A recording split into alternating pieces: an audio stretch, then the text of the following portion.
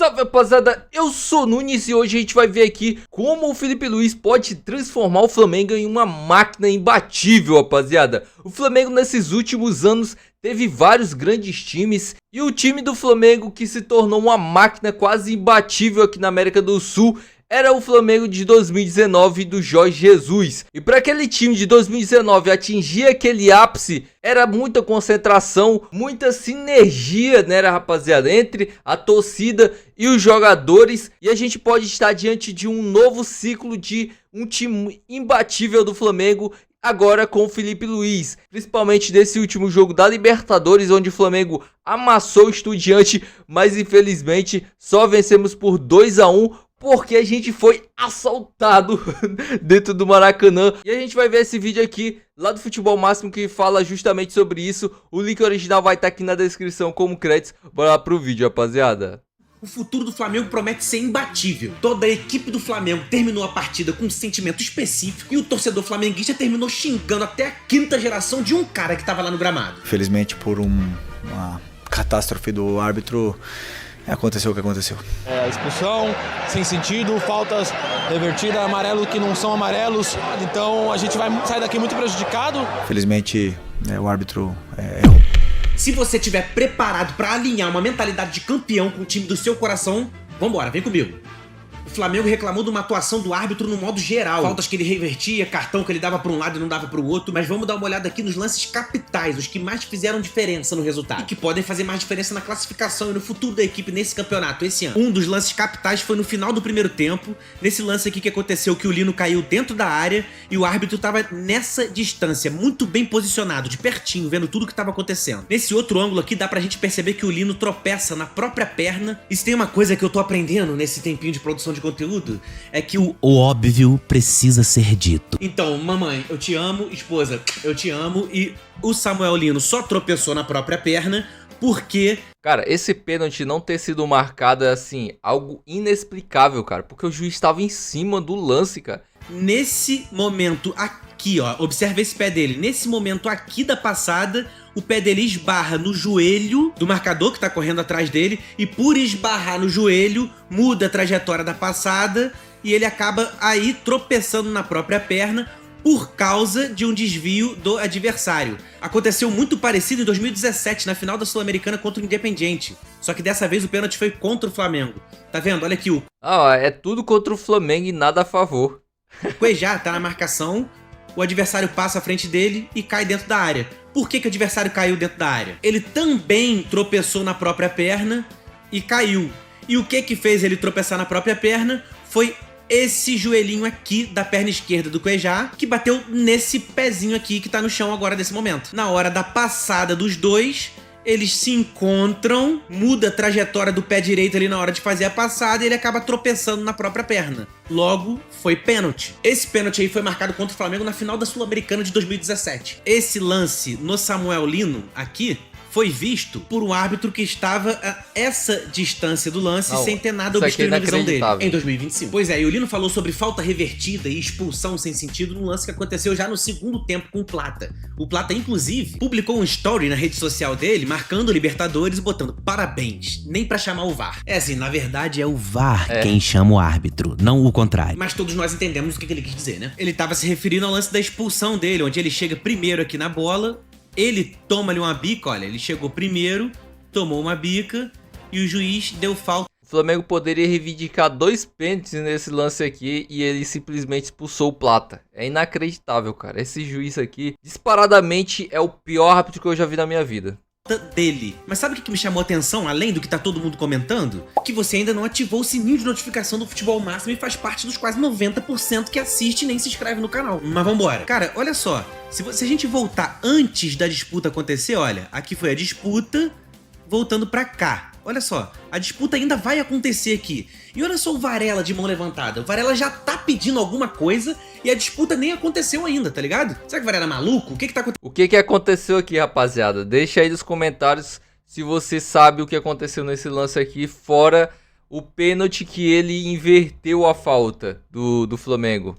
Quando a gente volta o lance aqui mais pro início, a gente percebe que quando o Luiz Araújo tenta vencer essa bola aqui, olha só, ela dá uma desviadinha na mão do defensor do Estudiantes dentro da área e a mão tá bem distante do corpo aqui. E se por acaso a bola não desviasse na mão dele, aquele pezinho esquerdo esticado do Luiz Araújo iria alcançar a bola e a jogada tomaria outro rumo. Não tô falando que o Luiz Araújo ia ganhar essa bola, ia sair cara a cara com o goleiro e provavelmente ia meter o gol. Não tô falando isso. Observando por esse outro ângulo, esse é o momento que pega na mão do cara do Estudiantes e olha o pé do Luiz Araújo no vento. O VAR deveria ter chamado ele para analisar um toque de mão antes. E aí sim seria o pênalti e o cartão amarelo seria retirado do Plata. Ah, não pode chamar o VAR porque era amarelo e não era lance capital. Eu já acho um erro aí. Mas se teve um lance antes que foi pênalti, ele deveria ter chamado, o VAR deveria ter chamado o árbitro para analisar o toque de mão do cara aqui.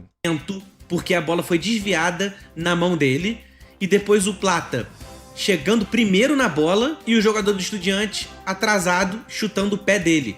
A única coisa que o juiz pode ter interpretado aqui é que o Plata chegou aqui de cima pra baixo solando e por isso merecia um amarelo. É a única interpretação plausível que faz o cara marcar a falta do Plata e ainda dar o cartão amarelo. Mas perceba que a perna do Plata não tá indo pra baixo nesse sentido. A perna do Plata ela tá desviando a bola com o biquinho, olha, desviou a bola com o biquinho e tá saindo.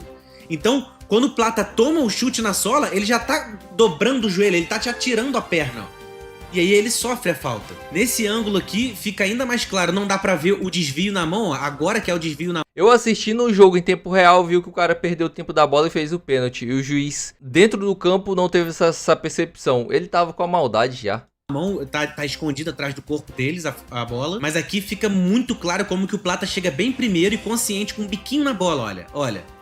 Ele deu um biquinho na bola pra ganhar o lance e sofreu o pênalti. Essa reclamação dele em relação à falta, por incrível que pareça, nisso aí o Plata estaria errado, porque o VAR, ele interfere em cartão vermelho, em pênalti, em impedimento que anulou algum gol, e não interfere em cartão amarelo. Por que o VAR não interfere? Porque não é um lance capital. O cara que tá amarelado, ele não vai sair de campo, o cara que tá amarelado, ele pode fazer um gol, muda alguma coisa assim, mas capital o lance não é. Ele é capital sim, só que eles não a regra não considera um cartão amarelo capital porque não muda o jogo, mas é o segundo amarelo e gera expulsão, então é um lance capital na minha opinião, né? Só que quando se trata de segundo amarelo, aí passa a ser capital. Se existe uma filosofia do VAR interferir na regra apenas em lances capitais, tem que conceituar isso melhor e falar, cara, segundo amarelo é considerado um lance capital. Por quê? Porque pode tirar um cara do jogo. O VAR não fez errado em não solicitar a revisão por causa da falta, porque é instruído dessa forma. Quando é cartão amarelo, o VAR não interfere. O que eu tô brigando aqui é com a regra, com esse critério que não faz o menor sentido e precisa ser modificado. Então gira principalmente em torno disso, toda a indignação e reclamação da equipe e torcida do Flamengo. E qual que é o meu ponto nessa parada?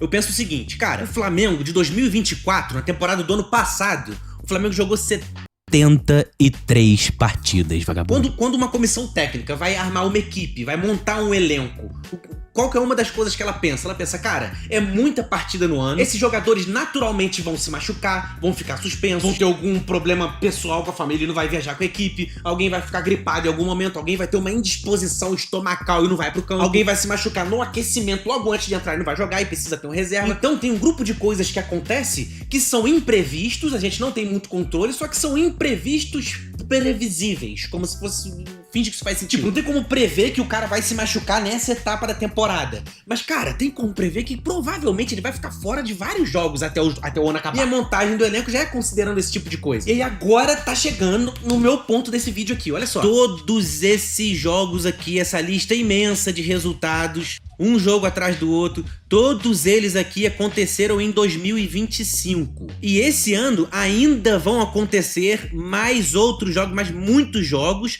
E isso aqui, considerando se o Flamengo passar dessa fase de Libertadores, passar de outra fase, vão ser acrescentados mais jogos aqui ainda. Aí qual que é a parada? Quando a gente observa toda essa quantidade imensa de jogos que o time vai jogar, cara, já é pra partir do princípio que em vários desses jogos vai ter erro de arbitragem e o Flamengo vai ser prejudicado em vários desses jogos. Isso é normal, isso serve pra qualquer time. Quem tá apitando é um ser humano. Da mesma maneira que um jogador perde um pênalti, e às vezes esse pênalti é muito importante, às vezes esse pênalti é... Cara, eu não parto desse princípio não. Quando é um erro pontual, a gente até releva, claro, porque é um ser humano apitando. Mas a partir do momento que você tem uma tecnologia dia ali de vídeo para você rever, para você ter um corpo técnico ali de árbitros analisando todo o jogo nos bastidores, e você não ter só um erro, você ter uma sucessão de erros capitais que mudam o resultado, isso já não é ruindade, cara. Não é só incompetência, não. Não acredito nisso, não. O do Pedro foi que ele deu essa limpada maravilhosa no zagueiro. Olha isso, cara. E uma defesa espetacular, que não tem o que falar. Essa defesa é inacreditável. Dessa distância, queima-roupa. Ainda tinha a possibilidade de tocar aqui pro Varela. Mano, você tá louco. É inacreditável. O goleiro cai certo, intui bem a trajetória da bola. Eu não acho, eu vi gente falando que o Pedro foi um pouco displicente, que ele já esperava essa bola entrando aqui, já sabia que ia ser gol, foi lá e bicou de qualquer jeito. Mas, cara, não dá pra esperar um movimento tão certo. O goleiro intuiu muito bem o tipo de finalização que ia acontecer. Essa finalização aqui tinha 62% de chance de entrar, segundo o XG. Nesse outro lance aqui, o Arrascaeta, ele afunda um pouquinho mais os caras de dentro da área, e como os caras acompanham um pouco a movimentação dele, sobra espaço um pouco mais atrás da marca do pênalti pro Lino receber ela. O Lino escolheu o gesto técnico pior, olha, ele quis bater. Essa bola aqui pegou mal, pegou ali na sola, quase na sola da chuteira dele, cara. Com o lado do pé, uma bola vindo um pouquinho balão, uma bola que... Até ele escolheu o canto certo, mas bateu com a trava da chuteira meio. Ficou antes do chute, ele não conseguiu medir bem o tempo da bola no chute. Essa finalização aqui, desse lugar, o XG é de 10%, 10% de chance de fazer o gol, e o Lino pegou muito mal nela e jogou fraco pra fora. E no outro ataque do Flamengo, o Plata saiu muito bem da marcação, e essa finalização, 26%. Uma cada 4 vezes essa bola entra. E o Plata tentou uma cavadinha e isolou. Que vão fazer o Flamengo perder aquela partida ali, vão fazer o Flamengo sofrer derrotas pontuais, mas uma mentalidade, essa lucidez de entender que num ano todo vai acontecer errinho em momentos esporádicos, esses erros diluem quem tem essa mentalidade de vencedor. E apesar de correr o risco de perder um jogo ou outro por causa de erro de árbitro, essa resiliência e mentalidade de vencedor vai fazer o time ganhar campeonato. E também tem erros que vão acontecer a favor do Flamengo no meio disso. Mas se o Flamengo conseguir matar o jogo, ter um volume de chance grande e conseguir converter em gol, não tem erro de arbitragem que vai tirar a classificação ou título. Essa é a minha esperança, né, rapaziada? Que o Flamengo converta as chances que tem e que o Pedro tenha mais sede de gol. Deixa o seu placar aí embaixo nos vídeos, quanto vai ser o jogo. E se você gostou do vídeo, não se esquece de se inscrever aqui no canal, deixar o like. Até o próximo vídeo, rapaziada.